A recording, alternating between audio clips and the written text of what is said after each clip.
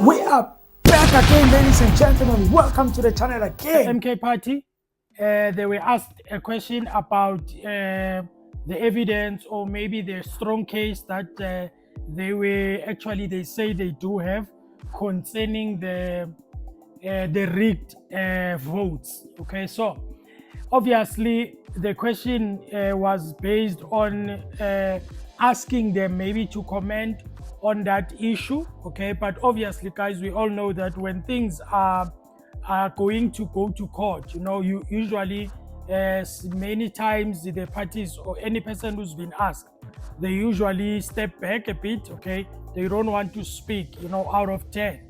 That means they don't want to speak things that they don't want to, that is going to jeopardize the case. So take a listen to to their response, and then there were some things that Mr. Clevo actually said, which were, hey, I don't know, but you can take a listen and then enjoy. Please like the video, subscribe to the channel. Thank you, guys. Enjoy the video. Sharp, sharp.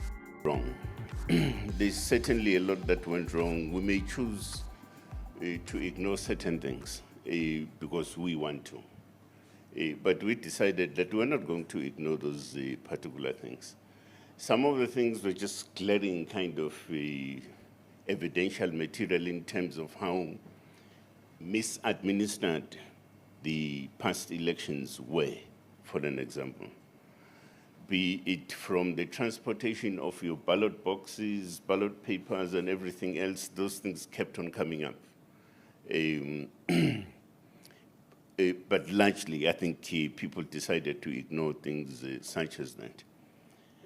But there have been ongoing sort of anomalies. For instance, in South Africa, this thing doesn't make sense. A party that cannot attract 5,000 people to a rally, that party is number 2 in the governance structure of South Africa. It's impossible. MCing, for an example, you would have what's this party, the Patriotic Alliance. It's impossible that people plus MCing would vote the Patriotic Alliance. The other party is what? Good Party. It also had votes. MCing, I mean, it's, Ubano was a good party. MCing, out of all places. Now, and you can clearly see that those were acts of manipulation in terms of votes that had to be allocated to other parties other than MK. The fact of the matter is that we became a threat to everybody. And therefore, people had to scamper around to do all these sorts of things. Now, the difficulty, of course, with talking about a legal case is the mere fact that it is a legal case. We'll present our matters in court, and we're quite confident that we'll certainly break through in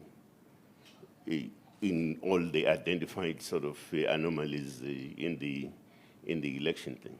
So I think that was the one part of it. There's no attempt to want to reveal the details of the evidence that we have here, but the pattern that is appearing is that you have got political parties that were given free votes which they were not supposed to get in certain VDs here in the province of KwaZulu-Natal at the expense of Mkondo Sizwe.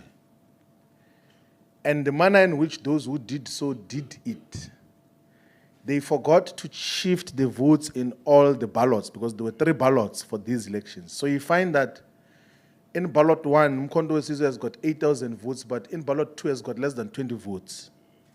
So that is the pattern that characterized the electoral fraud that we're talking about. And that was not committed by, we don't think, by political parties. It was done by those who were mandated to do so, the electoral staff and everything else. And that will be revealed when we go to court. So the question of SABC, I think, reflects a relatively less understanding of the context of how we're lodging the case. But I'm sure when we then go to court, it will illuminate everyone's view so that we all are at once. So it's not a frivolous case. It's not a playful case where Mkhonto Wesizwe is refusing to accept the election results. It's a genuine case. Those of you who can still gain access to the results, you can try to assess all the VDs, all the 4,971 VDs of KwaZulu-Natal. Go and read the VD results and assess all the 3 ballots and explain how is it possible that on the 3 ballots you get 8,000 this side, on the other ballot you get less than 20 votes. It doesn't make sense. And it was a deliberate attempt to particularly sabotage Mkhonto Wesizwe having an outright majority and victory in the province of KwaZulu-Natal, and that is going to be reversed through a proper scientific and correct illustration of the numbers that were stolen from Mkhonto Wesizwe. So that is the essence of how such is going to be handled.